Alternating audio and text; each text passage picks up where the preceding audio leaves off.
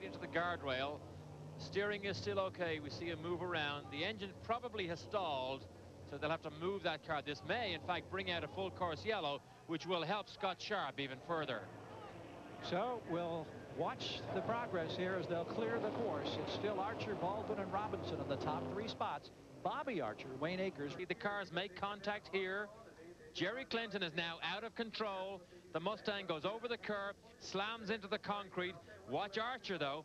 Bobby Archer just about loses control of his car.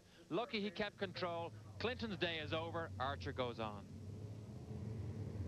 And as a consequence of the yellow flag, the field is now bunched up. What a break that is for Scott Sharp. He had moved up to 8th position. That's where he is right now, but right in front of him, the veteran Trans Am driver, Willie T. Ribbs, a hard-nosed driver who doesn't like to give up ground on a racetrack. It could be very interesting in the middle of the pack as Archer and Baldwin pick up the tempo. The safety car has pulled in. We're ready to go back to green flag competition at Belle Isle. And here we go at the midpoint of the mid-city of the 100. And now Willie T. Ribbs being challenged. Paul Gentilozzi is there. Also Scott Sharp.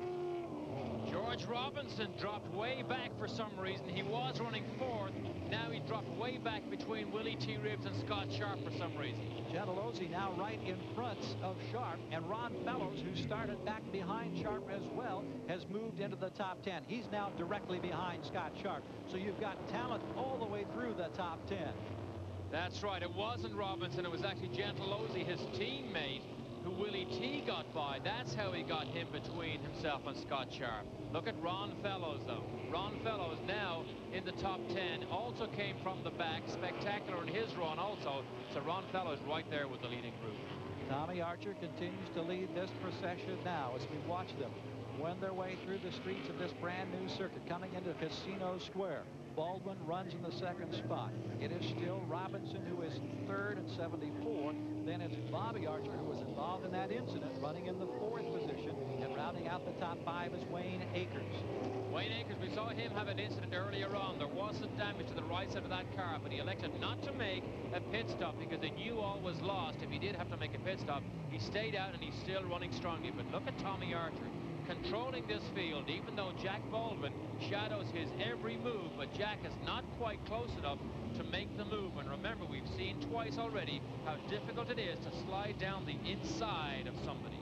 Now they've completed the first lap, and here's Baldwin making a challenge as they come to turn 1. He took a peek in the inside. Archer was able to hold him off, but Baldwin looked like he was in a position to offer a serious challenge, maybe for the first time. Oh, he did take a peek, and it was a very serious challenge. Tommy Archer must have got on the brakes a lot heavier than he expected, than Jack Baldwin expected. Baldwin closed right up, went down the inside, not quite enough room, but a risky move to try and pull off, but he almost made it. Look at Archer, though. Those rear tires might be gone off. That car is beginning to get sideways under heavy power, exiting these low-speed corners. And Archer's brother Bobby, the 4th car in this procession, is also hammering away. He's right behind Robinson. So you've got 4 contenders for the top spot right now as they find a bit of breathing room and have already begun to separate themselves from Akers. He's the 5th car in the procession. Now let's go back down into the pit area. Let's check in with Chris McClure.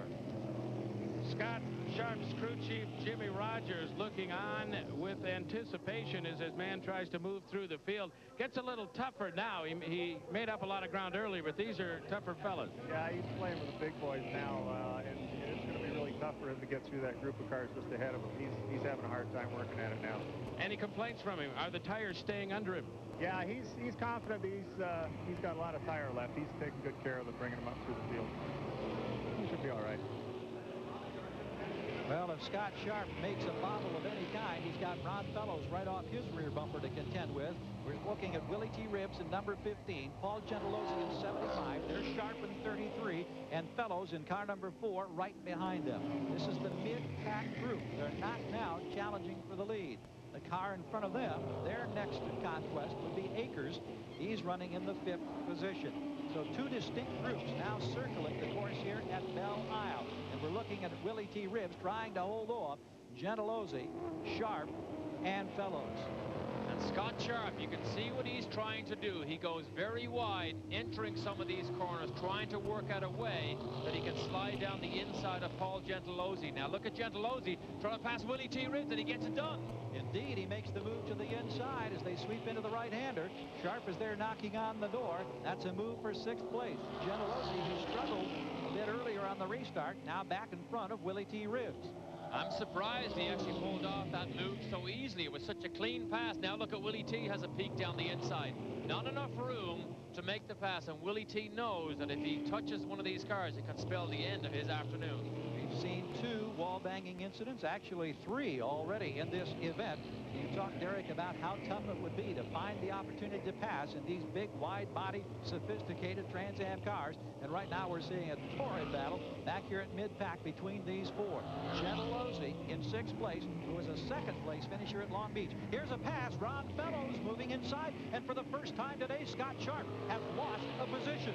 Ron Fellows sat back and watched everything that was going on ahead of him. Scott Sharp lost a little bit of ground. Fellows ducks out from the inside, goes down the inside under heavy braking, takes the line from Scott Sharp.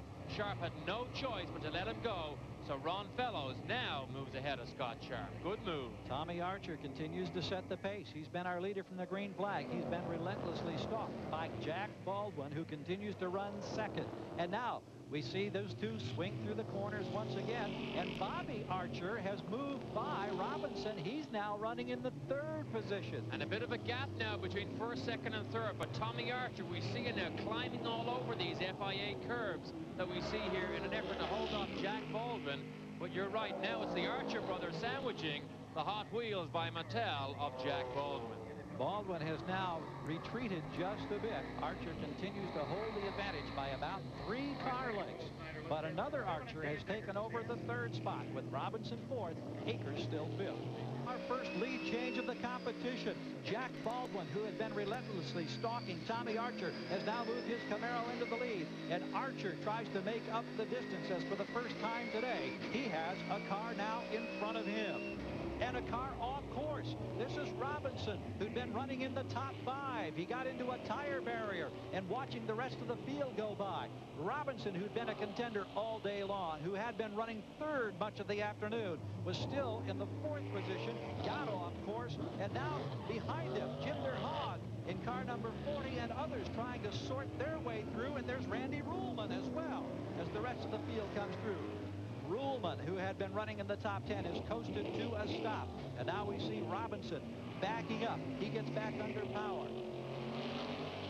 Greg Pickett now. Yes, he is all over Scott Sharp. So now everything begun to get strung out here a little bit. But Greg Pickett, remember all the trouble he had.